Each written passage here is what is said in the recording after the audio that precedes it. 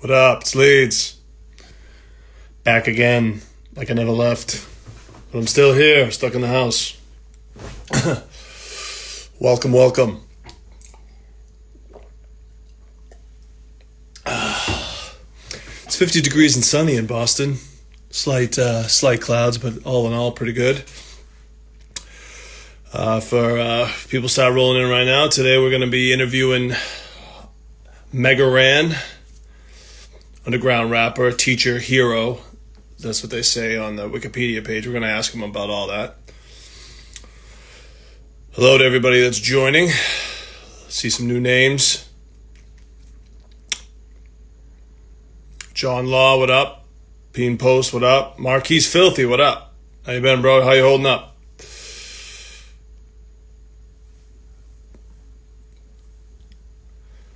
Nice, dude. This Urban Monk. Wu-Tang all day, brother. Lateb the God. Lateb, I saw the post today. I'm gonna post it in a little bit, the pre-order.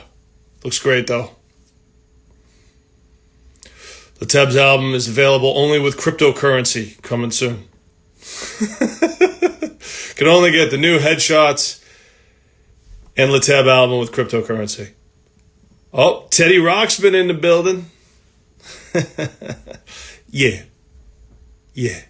Oh, Teddy, I got a Flashback Friday pick coming soon with you in it. Just going to give you the heads up now.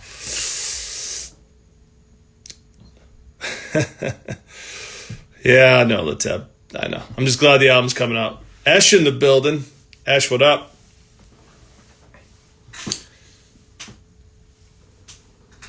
Yeah, Marky's hanging in there. Just hanging in there like everybody else is.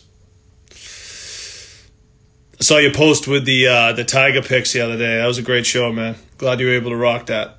Shout out the Archetype. Gladiator, what up? Now, Mega Ran told me to text him 5 minutes before I started this thing. Hopefully he got that. What else is going on here? These damn notifications. I don't know how to shut these things off sometimes.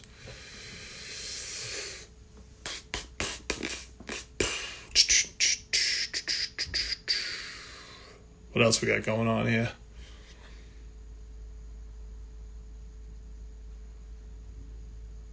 All right. Roxpin, what are you working on these days? What are you producing? Yeah, some of these names are tough to pronounce, man. I would really like to pronounce these, but it's tough. Lyokos, what up? Dakavablani, what's up? Jazz. Roxman's working on jazz. He's that guy. He goes from hip-hop to straight jazz. Mo Better Roxman. Better have those hard-hitting drums you got, though, Roxman. You better not give him those. Waiting on Mega Ran right now. He's going to jump in. Distro Lord, what up? How we doing, brother?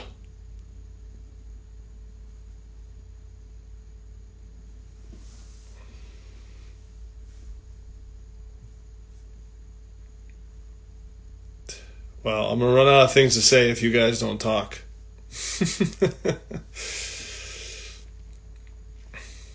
Well, yeah. So, yeah.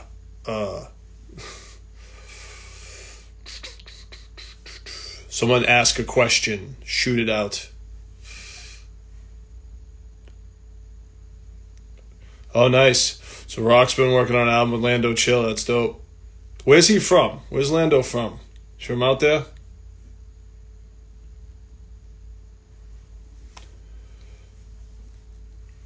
No doubt, Marquise. You earned it. Keep me posted on promo.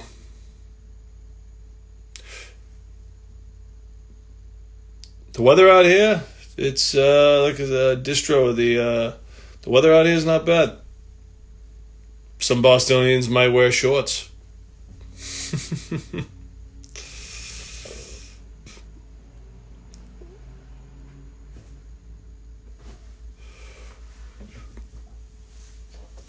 Am I allowed to, Teddy? Am I allowed to? I don't know if I'm allowed to. If Yeah. oh Oh, yeah, oh look yeah. at that hair. That hair is Let's go. crazy, Teddy. Right? That's nuts, Next level, baby. dude. You're so Cali right now. The most. Wearing Dude, tie-dye. look at Got the you. long hair. Oh my Lord, Teddy. That Cat's is got the view. He's got the view right now.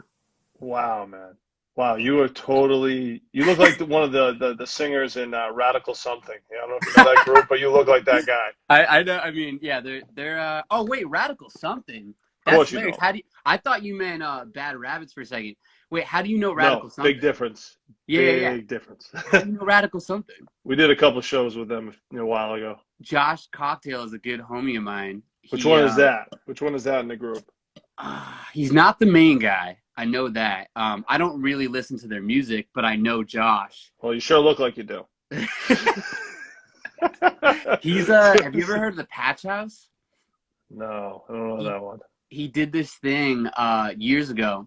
It probably ended like a few years ago where he set up these houses across the country for touring artists. And it was like a place for them to crash and make music, and they had a studio and whatever. And it was sponsored by Sour Patch Kids. So the only catch was like, you could stay here on tour for free, just like shout out Sour Patch Kids on your social media or whatever. But we used to go there all the time and like do writing camps and shit. He's the man. He's a good dude. Nice. Yeah, yeah. So from hip hop to jazz, huh? Are I you was still? Are I you? was joking. I was joking, but I don't think you are. I mean, Are you I'm in pretty San Diego jazzy. or LA? I'm in LA.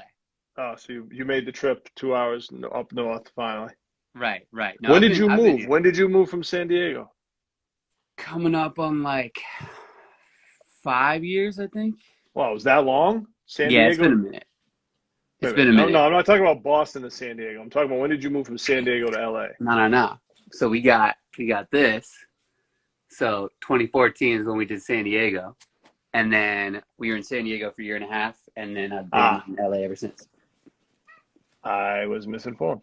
It's all good. It's all good. How are you Are you doing? liking it out there? Yeah. No, I love LA. I mean, there's not much to like right now besides the weather. There's nothing going on, but I do love it when life is normal. You Yeah. know? Yeah. Yeah.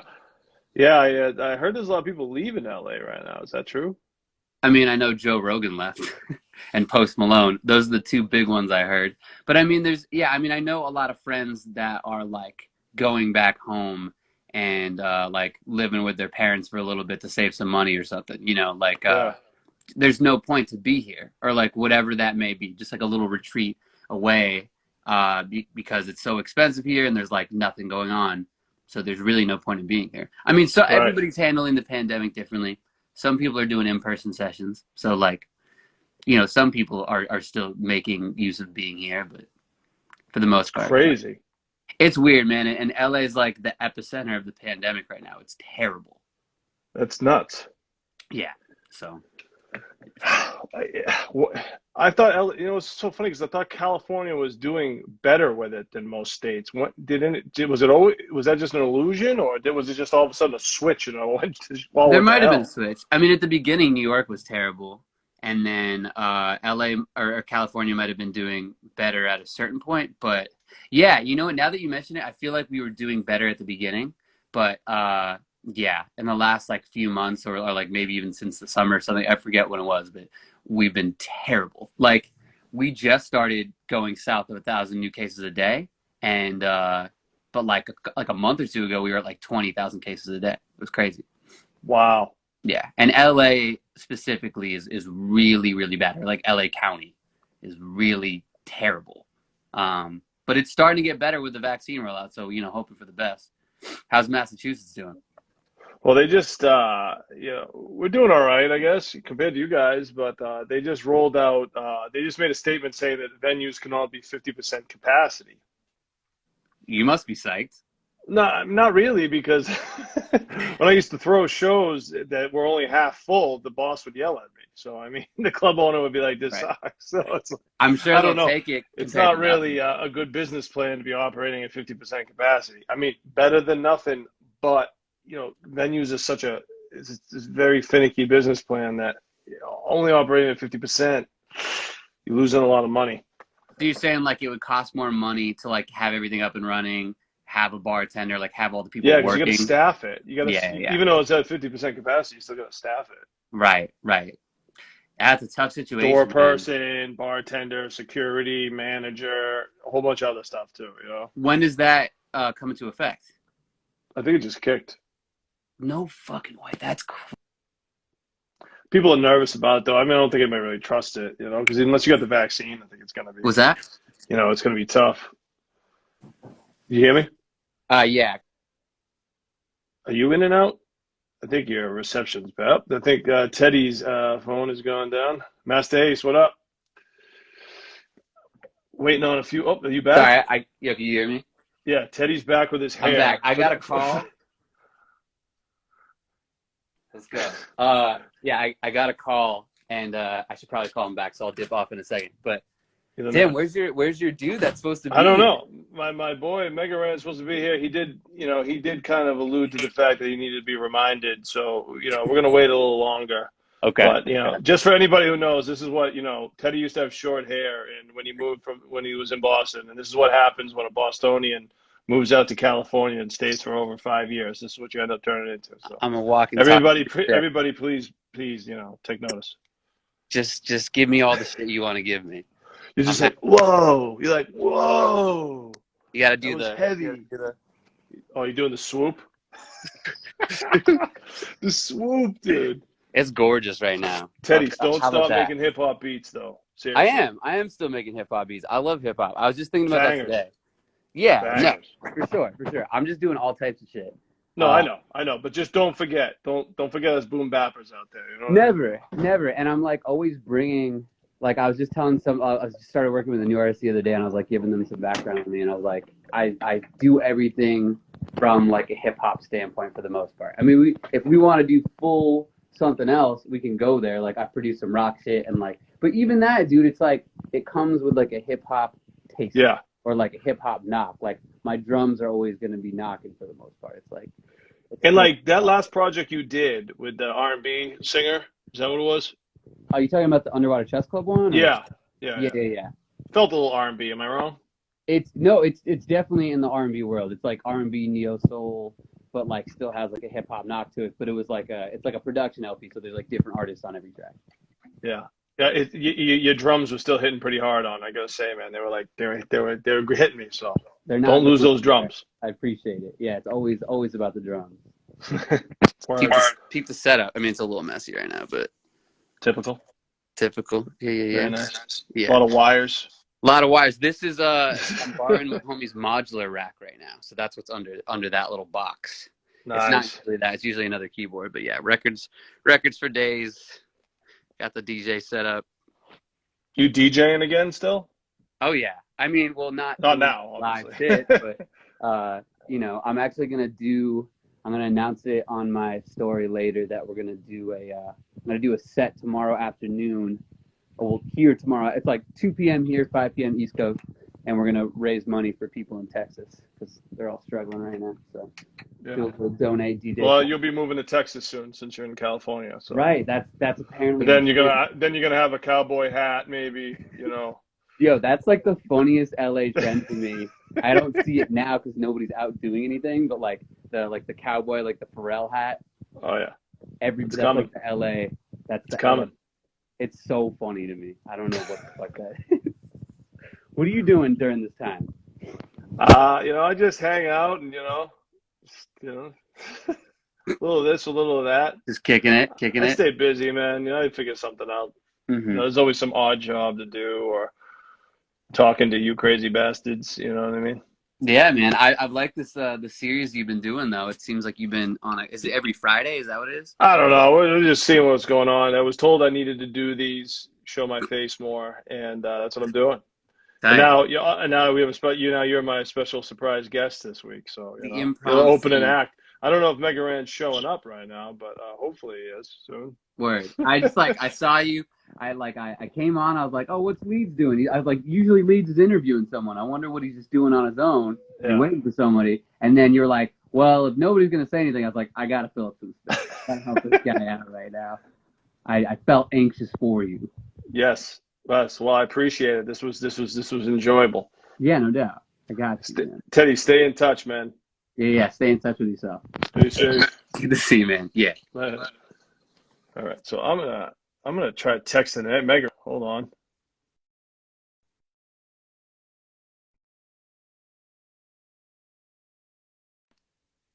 Oh, Megaran just texted me. He's driving. He'll be here in 5 minutes. Suppose you still there in the building? Who's in the building still? I got 5 minutes to kill. I could use any help I can get. Proud, what up? 1984, good year. King Julius, what up?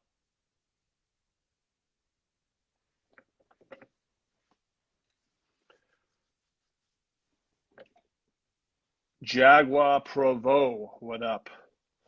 So for those that just maybe just saw who that long-haired individual I was talking to, that is Teddy Roxpin, a Bostonian producer who moved to California and just took it all in apparently, and he is full Cali. But if you saw that kid before he left, he looked a lot different. But incredible producer, done many tracks with him. He's done a lot of tracks with a lot of people you know, and beast. And he's doing all types of music now, DJing and everything. And he just kind of picked up one day from Boston and just went out to Cali and loves it. You know, San Diego first, then Cali, then LA. So Walker 84, what up? Anybody got any questions to ask to kill time? Any questions at all?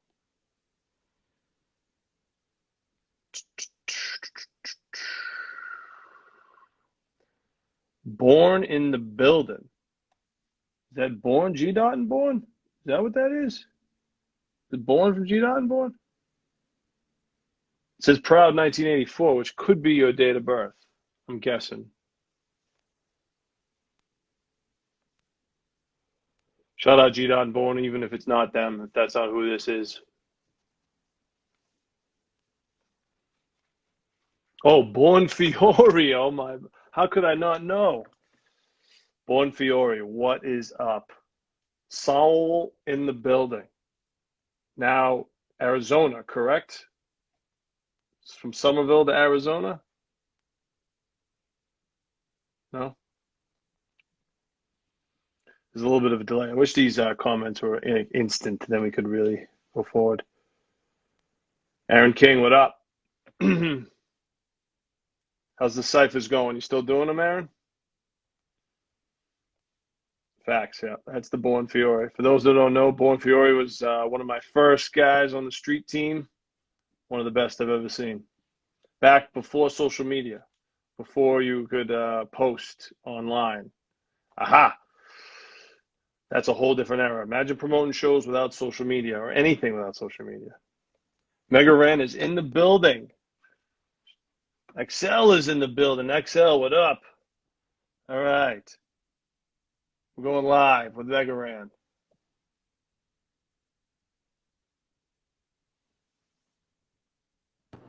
Yo, There he is. what up, man? How you I'm doing, man? trying to get home. My apologies. Had a barber appointment that kept moving back and back and back. Yeah, I've been You there. know how it goes. I do. Luckily, my barber lets me set appointments, but every once in a while, there's that good 15, 10 minute, things a little backed Yep. up. You know what I mean? Yeah, you get in there and it's like, oh, you're not done. Okay, word. Well, I I'll got one just sit more. here and wait. Yep. That's how it goes. How you been, bro? Chilling, man. I'm hanging in there, man. How are you? I'm good, man. I'm working like crazy. So, Yeah. just a question to you, Uh-oh. because I always get it. Yo, like with the pandemic, do you find yourself working more, like longer hours now than you did before? Well, I went from being the GM of a nightclub that had music 7 days a week. So it's a different kind of work. I mean, I I mean I could be a workaholic, so I mean I could fill up my day with whatever, you know what I mean? But I find myself because I'm trying to figure out new ideas and new techniques, so I do find myself spending more time doing that and trying to figure it out, which can be frustrating. But you know, GM in a nightclub is just like live it. You know, you just live there. So I had when the pandemic hit, I did have a little decompression uh, that was much needed. But now it's Yeah. kind of like now it's like I just kind of do whatever I can to fill the day up. Why you staying? Are you? Did you go back to teaching or? Oh no, I've been just same. Nah, bro. Man, I'd go to Good time to go back to teaching. I'd go to Walmart before I go back to teaching, man. Oh, oh, No, and no disrespect to the people who work at Walmart because we need them, but teaching hasn't. I don't know, man. It needs a lot of work, and this is the worst time probably. I feel for a lot of my buddies who are teaching. They're like, "Yo, what would you do? This is crazy." Like they're letting us choose if we want to stay home or if we want to be inside, and everybody's voting on it, and the vote is split and all this stuff. And I was like, I would quit. Like this is yeah, the time that I would leave teaching if I hadn't already. Like it's so difficult as is, but I can't imagine teaching over Zoom, like trying to get kids to retain information. And my hat goes off to them, man, because it's rough. yeah. But yeah, man, I've been still making music, man. Like my schedules, I was about to say the same, but that's a lie. I was literally on the road probably like 180 days a year. Right. So that changed drastically. But now, the road is the internet, is streaming for me. So now I am constantly on Twitch. I'm interacting with my fans on Discord, on Instagram lives like this, or Twitch, or what else are we doing? We do live concerts once a month now, and just figuring it out. So now it's more of a technical thing because as opposed to going to do a show, like, all right, I show up at the Middle East 3 hours before doors and we get it all cracking. Like now I'm the sound guy. I'm the door guy. I'm the artist. I'm the merch guy. And, the lighting guy. I'm all the guys. So that's really what it is now. It's like doing a show, but having to wear every hat. You know what I'm saying? So that's kind of where I am with it now. So like if the tech doesn't go right, people are in the chat being like, yo, I can't really hear. Yo, turn it up. Yo, the lighting's bad. Yo, fix that. Yo, like it's just like me constantly with hands on deck, like just trying to make sure that everything looks and sounds good, and being engaging with people. So by the end of the day, I'm legit exhausted. Like I've done a show, like I've traveled and driven to a show and played it and had to drive to another one. It's the same feeling for me now. Yeah. Well, for those tuning in, just coming in, on my end, we're talking with Megaran right here, underground rapper. I'm going to read what the Wikipedia says. Oh God, you Underground can't rapper, be believing in Wikipedia. teacher, and hero. It says hero. Where's Wait, the hero? Wikipedia says that? That's Where crazy. does the hero come from? Is that did you save the day somewhere, or what was Uh, Man, it? first of all teachers are heroes, absolutely. Yeah. And So yeah, you're a former teacher. We've discussed yeah, this. so anybody that can teach kids is a hero. And I think that's just a reference to me and my love for like comic book culture and Ah, always wanting to have that that secret identity or trying to save the day. And I think hip hop saves the day in a lot of ways. oh yeah. So specifically, you know, specifically, the hero portion I think comes from me being the teacher guy and coming from that world and just trying to make everything a little better when I leave it. That's really my goal is to try to make things a little bit better. Well, you're doing a And great yeah, job, man. You're a very positive person. We've had a good relationship since I think around 2015 when you dropped the Random Project. yes, And then we got in the studio. We made the East Coast, which was the first song I recorded on my Eastern Standard Project with Archetype, and since then, man, I've watched you just take off. You know what I mean? That You've been a that was a good workhorse. point. You're Thank a you, man. Yeah, I just workhorse. haven't stopped, man. You've been like I think you 2015 just was a stopped. year for me. Yeah. Yeah, that was like a year for me when I really took everything super serious and like shot into a new gear, as far as like getting a getting a handle on what I wanted to be, creatively, artistically. Being a kid who loves hip hop but also loves video games, comic books, nerd culture. And I think I really found a sweet spot in 2015 with the Random album, and kind of that was like when I feel like that's the new beginning of my career. Like that moment was when I figured it all out. Is So that it's when you like, went okay, full time as an artist around that time, or did you just quit teaching, or you've been? yeah, I had just no, you know what? I quit teaching in 2011, but Oh, okay. at that time I was making kind of primarily video game remixes and like kind of feeding like a YouTube audience and just figuring out different things. And then once the Random album came out, I think that was the time where I was like, all right, I'm giving a little bit too much of myself of only one side of me, like with the gaming stuff. So that's why even the cover of the Random album is like my face, but half 8-bit, half, regular, to show like, yo, this is like me showing you my full self, where we're meeting in the middle. And so yeah, that was I think when I discovered that I could actually make music that I liked and that other people liked, that didn't have to necessarily like sample a video game or, reference a comic book, but could be like myself creating this. And so yeah, that was that year. I think things started really like moving for me in the right direction. So you caught me at a good time. Yeah, I mean, I heard the Random album. I was like, oh, this guy's great, Thank great, you, you know. thank you, man. So, you know, do you categorize your? I mean, we talk about the Random album being kind of a more diverse project than your prior projects. You classify yourself as this gaming culture is classified as nerdcore. Am I correct? Yeah, I feel like it's again even through that it's kind of a subgenre of nerdcore, which is a subgenre of hip hop. Right. So this is rap music that's based in like nerd culture. So I've gone on to call what I do something called chip hop, which even that doesn't fully encompass what I do. Like, but when And I what is use that chip hop? What is chip that? hop is a combination of chip tune music and hip hop. So for me, I heard the term a long time ago, and now I kind of run with it. But it's a term that comes from taking the tunes from the Nintendo, like the actual sounds and chips from the Nintendo, and making beats out of them.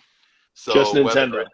Just Nintendo. could be Nintendo, could be Sega, but Okay. anything that involves a chip, anything that involves like computer sounds, and taking those and flipping them into rap beats, Right. So under that sequence of meaning, like even what Timbaland has done some stuff that could be called chip hop, by sampling, little bleeps and bloops here and there. Um, so yeah, I just decided like I'm gonna have fun with that, and I came up with this word that was outside of the realm of nerdcore because for me, I just wanted to have my own thing, But I'm very comfortable and okay with someone calling what I do nerdcore because this is definitely a group of people that I have a lot in common with, and that we're kindred spirits, and Right. so yeah, that's where nerdcore and me have kind of met. Like I didn't know I was making nerdcore. Somebody was like, "Hey, you make this? It kind of sounds like nerdcore." So then we kind of Right. met in the middle. Yeah. And the Middle East had a long history before we did a show of doing nerdcore shows with like MC Chris and hmm who's the other one? What's the other big name? Give me the other name. I forget. MC Lars, MC Front a lot. Front a lot. Yeah. Um, Yeah. They let's played the see. Middle I've East a bunch I've of been times. to a few shows there. The Proto Men Yep. have done Proto some Man. Yeah. shows there. Very nerd adjacent music, but that's more like on the rock side of things. Yeah. But but yeah, I've seen a few of those cats out Yeah. in The the Middle East. former So. one of the GMs at the Middle East. He was big into that, so like Oh yeah. he booked a ton Shout of out to that. Clay. Clay's my Yep, guy. yep, Clay has yep, looked out for me so much. So yep. shout out to Clay. He kind of was the one that kind of really put that out there in Boston first. Yeah, yeah, He for sure. really his I mean, community with like, really. and it just made sense because with PAX happening out there in Yep. Boston every year, it was like, yo, there's 10,000 nerds coming to town who want something to do, like, so Yeah. let's give them a concert, like, Yeah. it makes a lot of sense. Yeah, because I mean, we talk about video games, and you're originally from Philadelphia, right? Yes, And you born and moved. raised in Philadelphia. Okay, and then you moved to. You're in Arizona now, right? Yes. When did you make the move? That was 2006 or 7.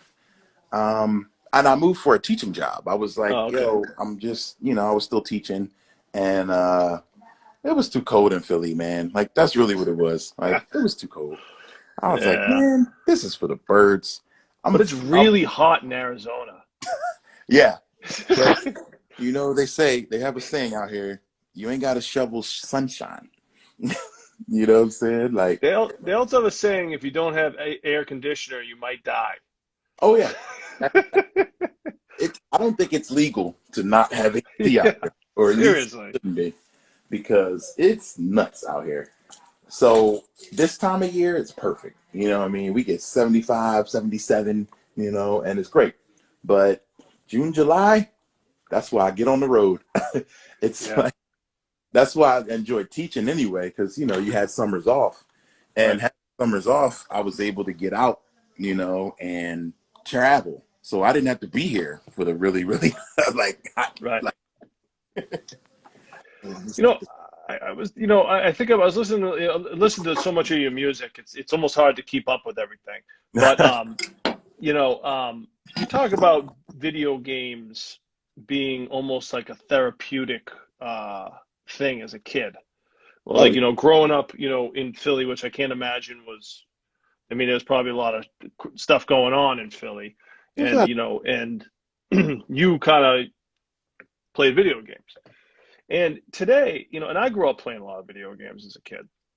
And today, now they kind of look down. People quick to blame video games. People saying it's too much, or it's too detrimental to kids' health.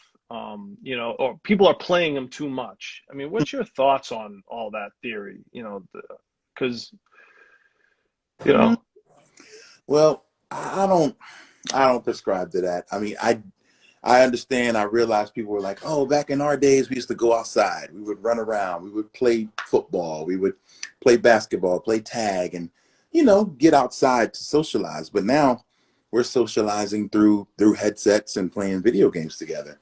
right. And so people might look at it like the kids aren't learning how to be kids, and I disagree, though, man. I think that gaming has helped so many kids like myself, or maybe kids who weren't super social, or the coolest kids around, Right.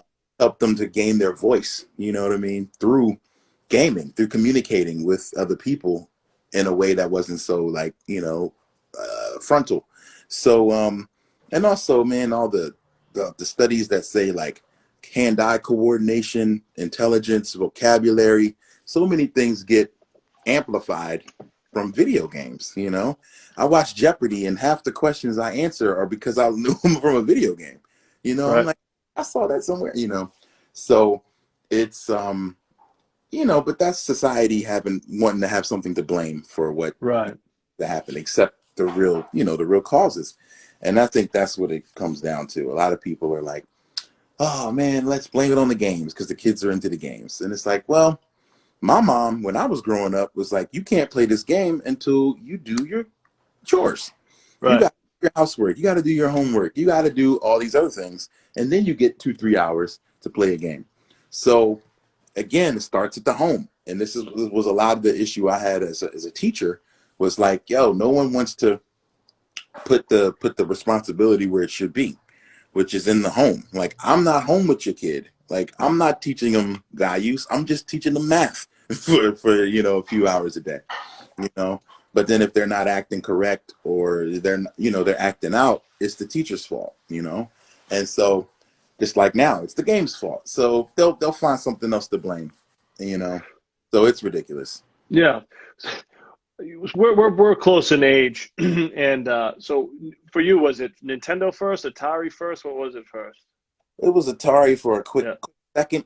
I had Atari when it maybe not when it first dropped, but toward the end of that generation, and then Nintendo. Yeah, Atari started it for me. That was way back. What were some of your favorite games on Nintendo? Man, Super Mario for sure. Duck Hunt. First one? Yeah, first one. All of them are great though. Three is the GOAT. You got to say 3 is the GOAT. Yeah, because if people always ask me my favorite game, Mario 3 is the GOAT.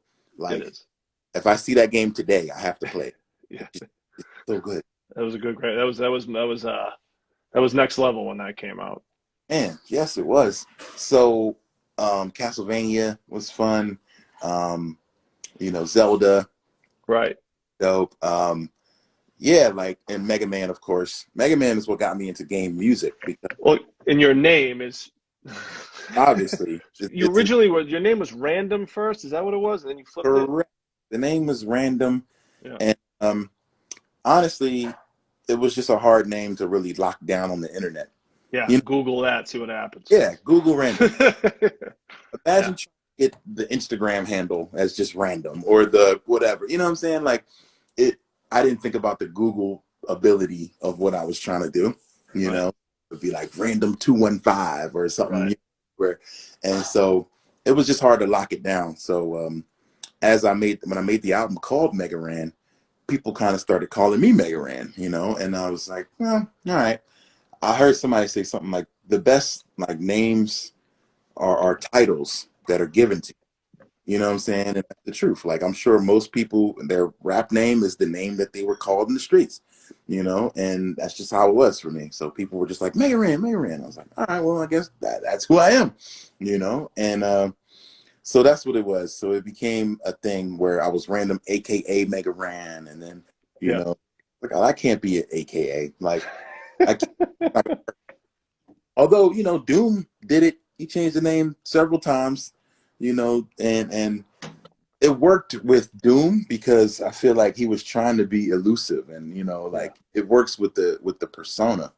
Me, I'm like, I want people to find me,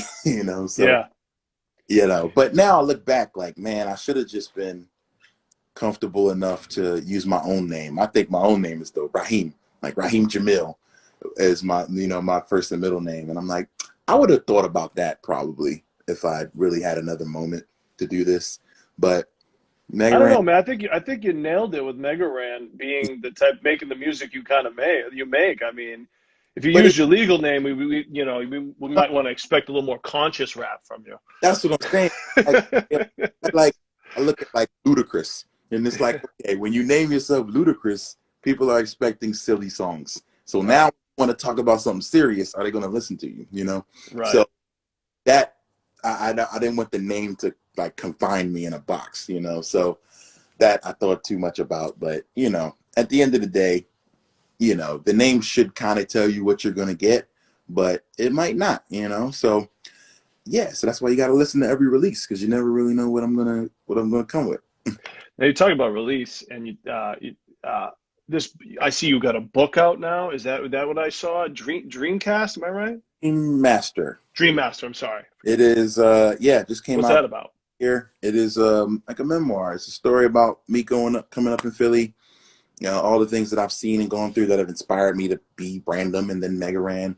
And then it ends at a very special moment a few years ago where I got a Guinness World Record. So I thought like, okay, I need to have an ending point. And that, for what? And the Guinness World Record was for creating Mega Man songs. So guy was like, yo, he hit me up with an email. I was like, yo, I think you might have a record, but like, yo, how many songs do you have about like Mega Man? And I was like, yeah. So I look back and count, and it's like 130. And he's like, oh yeah, definitely a record. So that's interesting. So would you like to like come and get an award, like plaque from us? And I was like, yeah. um, they're in London, and they were like, they said the same thing that everybody says, like, oh man, if you're ever in town, you know, come through. And I'm like, when am I going to be in London? So I was like, you know what, I'm gonna fix y'all. Like for an award, I'm gonna be in town next month. What's up? And so booked the whole tour and was like, yo, I'm going to the UK. Me and my homie Samus, we went together and had a really dope time. And I was like, yo, I got a day off in London. Like, what's up? And they're like, oh, perfect. Like, you can come get the plaque. We can do a live stream from the office, talk about the record, you know. And so yeah, that was like an amazing moment. So, you know, I thought that's a good time to end the book on that great accomplishment, you know. But Yeah, I mean, like, most songs about Mega Man, I would not expect it's that like to be a most songs category. about a specific game, you know, Ah, okay, all right, that written makes sense. about a game. So yeah, it's one of those like a numeric goal. So like somebody could just do it more than me. You know what I'm saying? Like somebody could just be like, all right, I'm going to write 131 songs about Mega Man, you know, and then beat it. Yeah, no, but good luck. I've seen the freestyle thing. I've seen many different people win the freestyle. Oh yeah. Longest freestyle. I think Murs did it one year. I Mm-hmm. forget. My dude M80 did it one year. There's been a few other people I've Yeah, seen do it. a Man, number. it's grueling, man. It's Because when I remember first time I heard about it was Supernatural was going for their record during yeah. the end of Rock the Bells, and then Murs beat that, and then I saw M80 Watsky. I think currently just beat it or something. Watsky? Yeah, Oh but wow. it was right at the beginning of the pandemic. He raised a bunch of money for charity and went for the record. But yeah, once you got a number, that's the target. So everybody can just head for that number. I You think know? it's over 20. It's like 20 to 30 hours at least Yeah, it's straight. ridiculous. Like how because How's your throat after that? I mean, you must be you're done. done. You're done. Like I love freestyling, but I can't do that. And like you can only take breaks to go to the bathroom and like to drink water for like 10 seconds or something like that. Like any more than 10 seconds and it's over. Like Ouch. yeah, it's rough. We But try to. Someone just wrote here, and I'm curious too. You know, who is your favorite MC of all time? that's It's like asking your favorite food. how you going? That's my favorite of all time. If it's not one, throw a couple out there. Okay.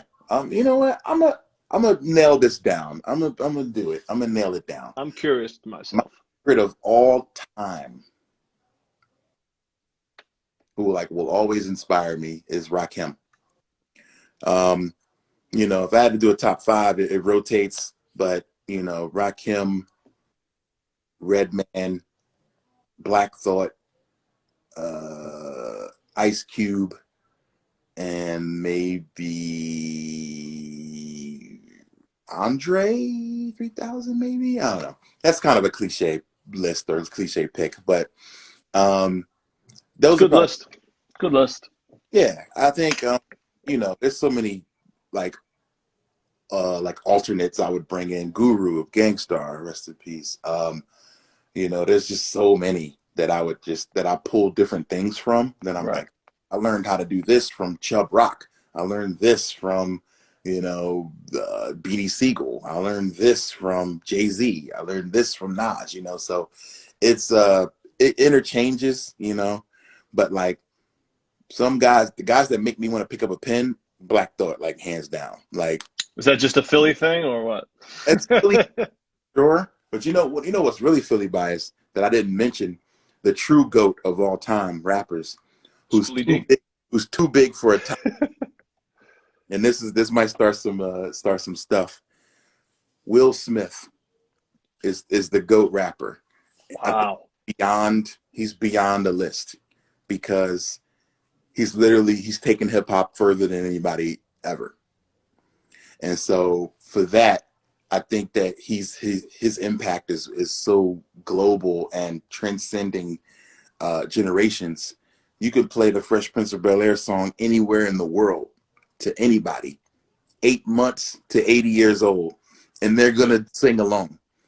Right. So he's the reason that no matter where I am in the world, if I say I'm from Philadelphia, they say, "Oh, West Philadelphia, born and raised." Like anywhere in the world, people will pull that. So to me, and that's controversial, but I think Will Smith is beyond a top 5 list. Like he's too big to go on a list.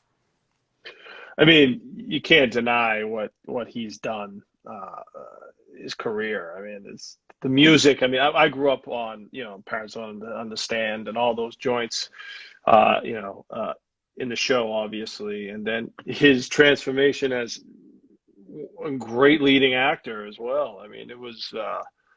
I just think he probably doesn't get enough credit because he wasn't like in the '90s when it all went super lyrical. That wasn't his thing, and he was clean, and Yeah, gangster rap was taking over, and no one really kind of was really into that anymore. It kind of grew out of it, and then yeah, he was looked at as like commercial, which was when Underground started, checking everybody's credibility, and exactly.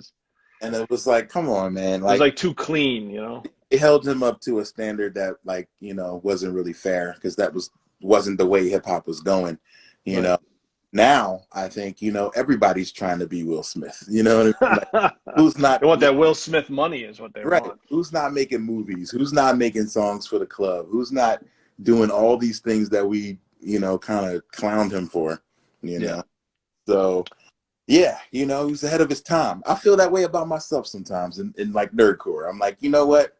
A lot of people will be like, oh, he's cool, he's dope, but like, man, I'm not into the video game stuff, or nah, he's operating in like nerdcore in this space that's like the easy route. You know what I mean? Like I think a lot of people think that, The whatever. easy route of nerdcore? Is that Yeah, what? like because What's the easy route of nerdcore? because it's novel. People can look at it like, oh, it's a novelty to rap about a video game. You know what I'm saying? Like, oh, if I wanted to do that, I could do that. But like it's a gimmick. Like people probably think that. You know what I'm saying? Like, oh, you're just like a gimmicky thing. I think some people look at it like I'm operating in a different world. Which is why to me it's so important to be like, yo, I came up in Philly. I came up in battling and open mics and rapping in concerts. So literally my tours, like if we're playing the same venues that these guys are playing, you know what I'm saying? Wow. I might go and do a convention on the weekend, but like, yo, Tuesday night, we're in the Middle East, and getting down, so, Yep. so yeah, man, it's like, it's weird. A lot of folks look at it like it's like I'm in a different world, and somehow that makes it an advantage. But I think it's just as much of an uphill battle. You know what I'm saying? Like when you're fighting for credibility for like a whole genre, of folks who are like, I think there's some really dope cats in nerdcore who deserve to be heard. First time I saw MC Frontalot, it was in a Double XL article. You know what I'm saying? Like people talking about him in Double XL. So like that kind of made me be like, oh, wait a minute, So a lot of these guys are students of hip hop culture who've come up listening to records, and observing the culture just from a distance. Maybe they didn't grow up in it, but they came up observing and absorbing it, and need to be, I think, acknowledged as such. Right. They're not trying to be. That's what I really dig about it. Yeah. I mean, you got skills, man. Like, an MC moves the crowd.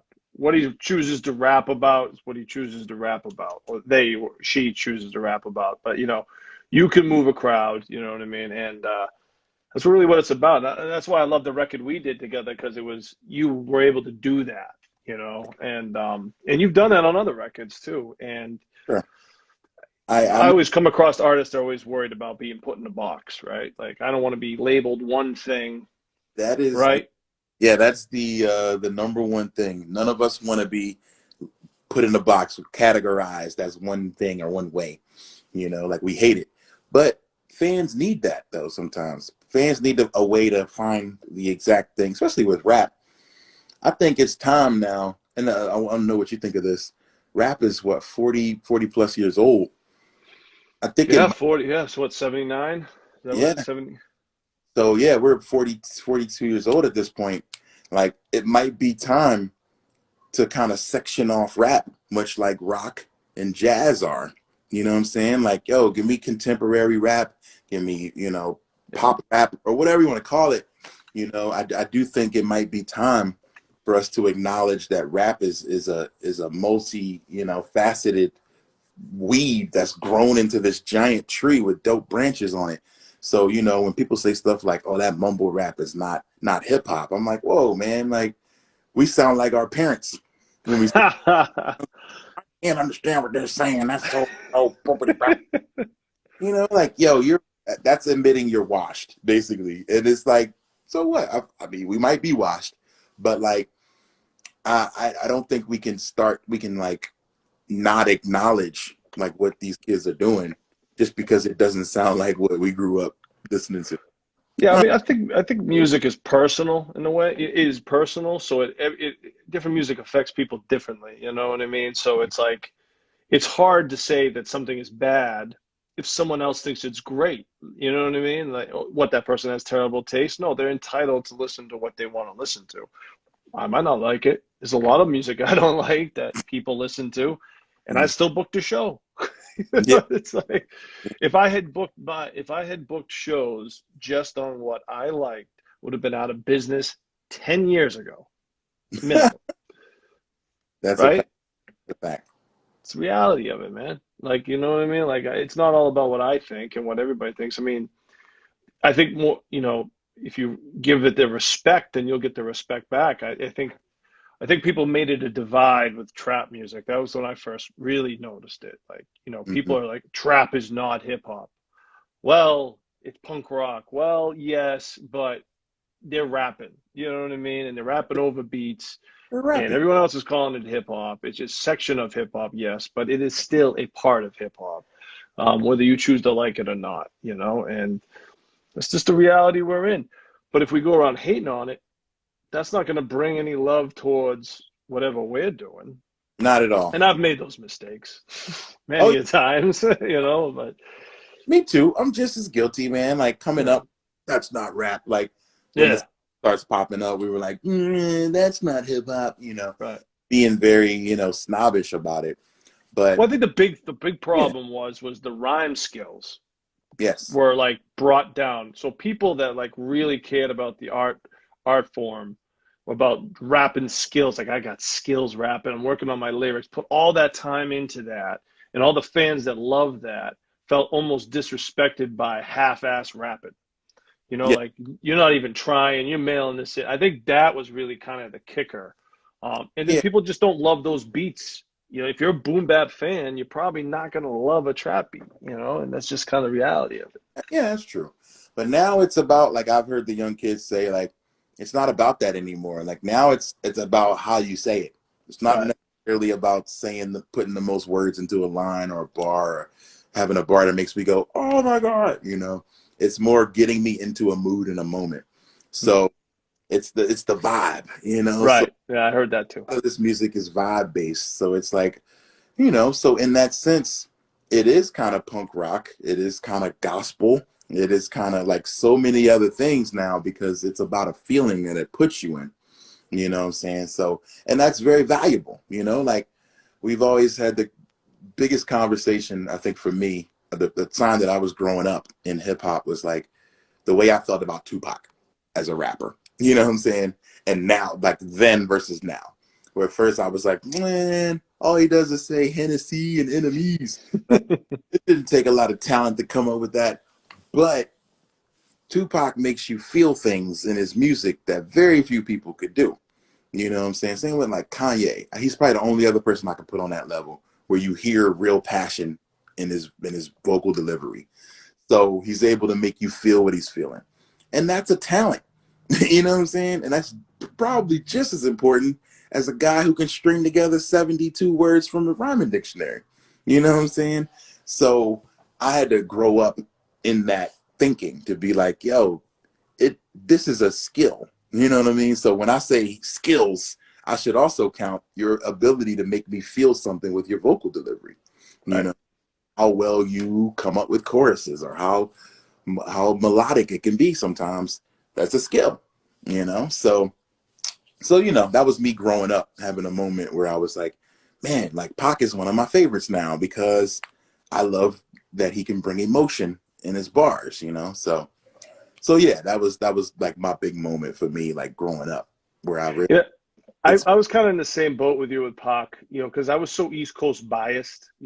So it was like Biggie and Wu Tang and this dude saying all this stuff. But I came up listening to Pac before the beef, with the first two albums. I was big into those albums, oh yeah, around Juice era and all that. I loved that. it was like that, like it was very East Coast But inspired. then I got away from it, and then when he came back with All Eyes on Me, I liked All Eyes on Me, but I didn't love it. Like the other stuff I was listening to, and then obviously Machiavelli. But now I think the same way. I think he's probably the one of the greatest. Yeah, Like if you look at him and you see what he was really stood for. I mean, he was screwed up like a lot of us, but like he really, you can't really deny his greatness, even no, if you don't like his music. Even exactly. he Yeah, just it's the that's greatest. good. Possible to deny somebody's greatness. Looking back, you'd be like, man, we actually lived during this. Like, it's pretty crazy to think about it and be like, that's dope. Yeah. So yeah, man, like I was always like, when people were like Biggie or Pac, I was like, oh, Biggie all Yeah. day, and recognize both of their greatness, like that both of them did something that almost nobody can duplicate, you know? No, not at all. Yeah. A quick question for you. When you went to when you get the haircut today, they were washing out the blue in the hair? I saw a pic with blue in your hair. Is that a thing Yeah, now? Are you really getting into the I have the character? last little bit left and it's not even blue anymore. It's like kind of blonde. Yeah, these last little bits remaining. But yeah, the blue is gone. Is that just a one and done? It was a one and done. I was having some fun. It was actually like a Twitch goal where we're like, okay, if we got a certain amount of subscribers, then I would go and get my hair dyed blue. And then I did a video of me actually getting it done. And that was fun. But yeah, I'm gonna take a break from that for a little bit. It actually kind of messed up the texture of my hair a little, because you have to bleach it, you got to do all these things. And yeah, I was like, oh, I don't know if I want to do that to my hair again. Right. Not for a while anyway. But I like experimenting with hair. Like I like doing stuff, especially now where like we ain't going nowhere. It's like I might as well have fun with my hair while I got it, So, I might do some twists. I might do a color. Might do something like that. So, but it almost started kind of falling out when I did the blue. So I was like, oh boy, like yeah, I can't do that. Now you talk about being on Twitch. Yeah. Are you performing on Twitch? Because I've only heard Twitch being really used for DJs. Are you doing live? Is that what you're doing in live streaming? I've been practicing DJing since I've Oh, been so you're DJing on there. So I'll do DJ sets once a week. On top of that, I'm playing video games. Twitch was mostly for gamers in the beginning. It was people who were like just playing games and being good at Fortnite or Madden or whatever. And but I've then taken that to be like, now I'm what they call a variety streamer. So on Monday I'll play Mega Man. So it's Mega Man Monday. First Tuesday, one? 2K Tuesday, and I'll play NBA 2K. And then Wednesday I'll do a concert. Thursday, Throwback Thursday, so I'll play a really old game. Friday is Fighting Game Friday, so today we're going to play Street Fighter. You know what I mean? Classic. So play with fans. Classic. So yeah, I do a different thing every day just to kind of keep myself interested in going with it. So, but yeah, I'll DJ Tuesdays or Wednesdays, just like with a theme. So I'll be like, all right, I'll do video game hip hop tracks, like Super Brooklyn by the Coco Brothers. Yep. I'll play every track that's ever sampled a video game, and so You know that information. I've done a lot of research now. I bet. And I'll find them. There's one I just found. Big Suge and Static Selecta did a Punch Out track, and like I didn't know, but this was like years ago. And I was like, all right, let me play this, So every week a new one kind of gets added into the mix. So yeah, I'll do a theme set. All right, wrestling themes. Okay, Stone Cold's theme and Rock's theme or whatever, and then old school hip hop themes, or playing the homies. So Yeah. yeah, I've been learning, getting some DJing on. But to me, to keep it fun, I do variety streams. A lot of friends I know just be like, yo, I'm good at this one game. I'm good at Mario 3. So I'm going to show you how fast I can run through Mario 3 every day and try to beat my time. For me, I'm like, that's not really my idea of a good time. But I'll watch people do it, and it's amazing. Like, it's people who can beat Mario in like 10 minutes, you know what I'm saying? Like that entire game, because they just know so many secrets. So it's dope to watch. So the Twitch community's been fun, but it's a grind like everything else. You can't just start there tomorrow and be like, oh man, well, I got a few Facebook fans, maybe they'll come over there, but maybe they won't. Facebook friends don't want to leave Facebook, or Twitter don't want to leave Twitter. So it's building from the ground up, man. And it's been a grind. Yeah. I just saw Archetype dropped a comment. What up, Archetype? Arc, the legend. What's good? Oh yeah. No, the video games. You have this wide range of video games from starting out on Atari to now. What is the bit? How it's come so far, right? I mean, you still playing all the current games too, or are you more nostalgic? I mean, the new games have gotten so crazy now. They're nuts now, man. I got a PC, which is a pretty good one that allow me to play some new games, Yeah. but I'm really into the old stuff. But nowadays, retro is so kind of in again that everybody just recreates the old games, or they recreate, so like a wrestling game just came out yesterday. That's like literally just like the old arcade games I used to play. Or Final Fantasy VII, there's a remake version out. That's a new version of the old game. So because what's old is new again, like there's always something that I'm going to be interested in. There's this old game, Ghosts and Goblins. Oh yeah. Out a new version. And that's like the old game, but like new graphics. So I'm like, oh, I play that. So because there's always some sort of throwback happening, there's always something I can play to get into. So yeah. You play the whole like shooter games, Call of Duty, and all that stuff? Yeah, once in a while. I'm pretty decent at Duty. Like I'll play it. I'm not like an expert, so like the kids will kill it. And then man, I try to play games like that, like Fortnite, since the kids are into it. Yeah. And we'll just be on there just cussing you out if you try. I'll be like, get your bum ass off the game. Like, like they'll just like really like talk you out of wanting to play. Like these kids are rough, man. So I can't hang, but I'll play a little Call of Duty. Yeah. What do they call it? First shooter? Is that what it's called? Yeah. Hey, you ever heard of a game called Romance of the Three Kingdoms? I've heard of it. I never played it though. That was my big game. It was a role-playing game. It was in China, and basically they divided China up into all these different, like states, like the United States. And you create all these characters, and you try to take over the whole country, and you go to war, an army game. I love that game. It was a role-playing game, but it was strategy kind of role-playing type of thing. So addicting, man. I would pull all-nighters on that thing, man. Like, because progress is addicting. So you get a little farther, and all of a sudden it's 6 a.m. Yep. Was that on Nintendo or? It was originally on Nintendo, and then I think it made it all the way up to Xbox. I don't know if they're still doing it, but it was huge in China. But it got over here, and I got a hold of it somehow. And that's dope. Okay, I got to check it out. I'm into these strategy type games. There's one, Final Fantasy Tactics is a classic one that I've been waiting for them to remake. They haven't yet. But yeah, you like get your people in position, and you Final Fantasy, I remember that. I got hooked on that, man. Final Fantasy 1 through 3, or those that was like. Dude, I used to rent those, from Blockbuster or wherever. Yeah. Never wanted to take them back, so I just paid it. Or like one time, because they had a battery in the game that would save your game, I would mark like a little marking on the back of the cartridge. So then when I went to rent it again, I was like, is that the one I had? Yeah, okay, it's got the mark on it. Okay, cool. Yeah. Renting video games at the video store was, you'd be like, if the game was out, you'd be sitting there looking at every customer coming in. Does he got the game? Do they have the game? Please don't. At Blockbuster, they had the box, and then behind it was the game. So like if the box wasn't there, you couldn't get it. And I'm like, ah, man, I hope Yeah, the mom and pop. I grew up around like the mom and pop shops where it was like it was just cards, and you just would like stare down everybody that came in the door to drop the game off.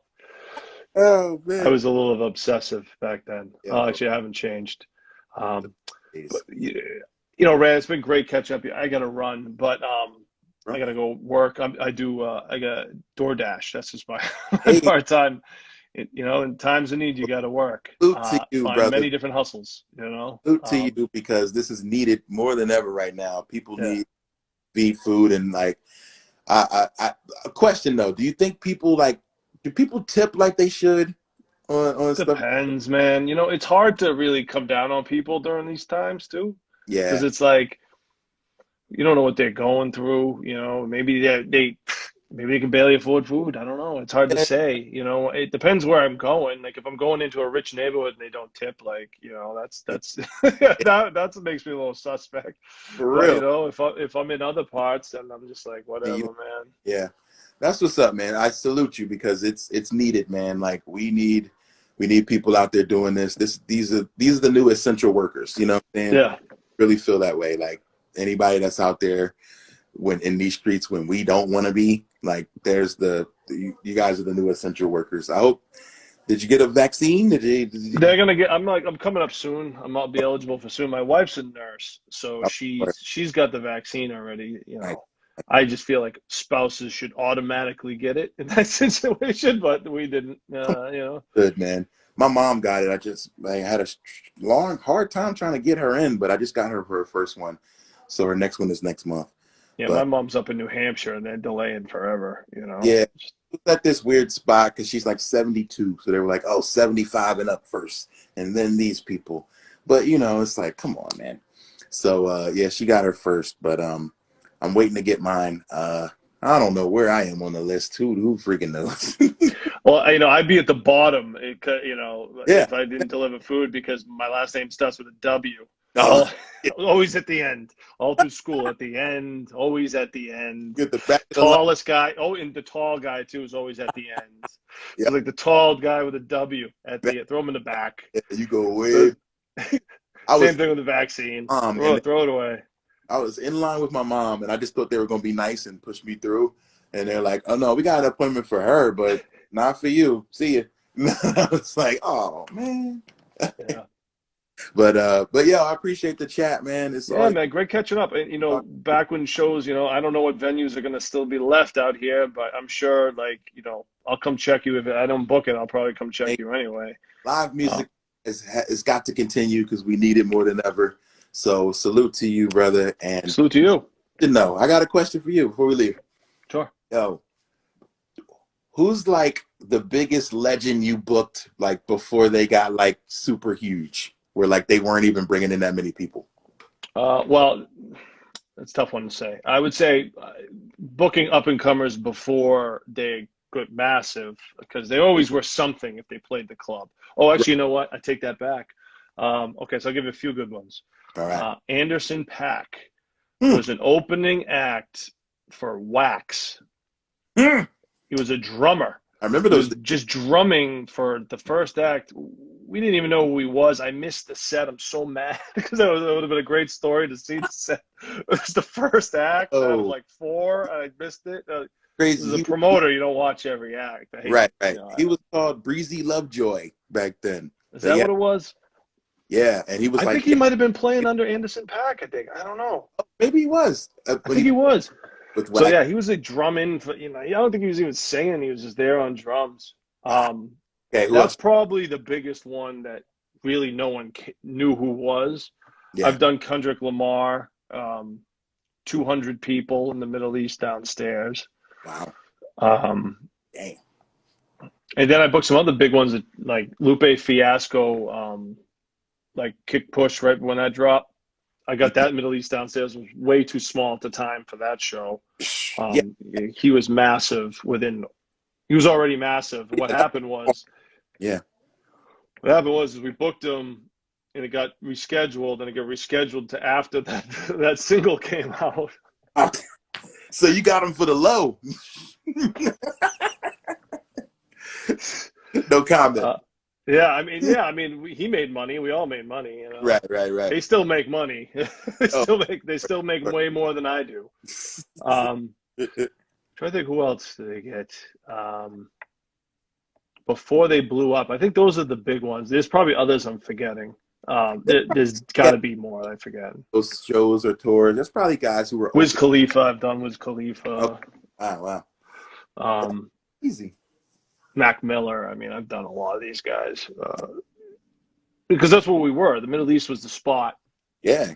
Before you jump up. Yeah. It's like the launch pad, you know, like when the first time I played there, I was like, yo, this is legendary. Because like it's a who's who of who I've ever loved has played there. You know what I'm saying? So like it's like a jump off point, you know, for a lot of people. It's a rite of passage, you know. Yeah. And it's also the coming back down passage. So it's like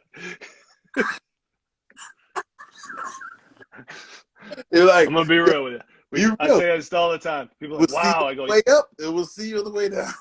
You quote me word for word, Rand. And on that note, oh God, it's funny because it's true. Yeah. All right. Well, on that note, that's just a great way to end it, Rand. And we'll talk soon, man. And best of luck to you and your family. Absolutely. Appreciate you, bro. Take care, man. Peace.